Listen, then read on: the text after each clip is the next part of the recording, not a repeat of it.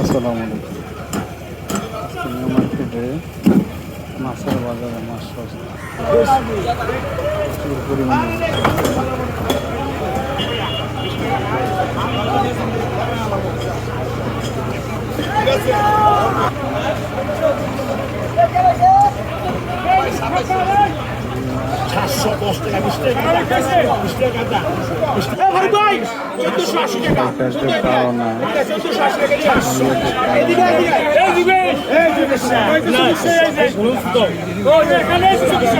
করে নিতে হবে। অনেক বড় বড়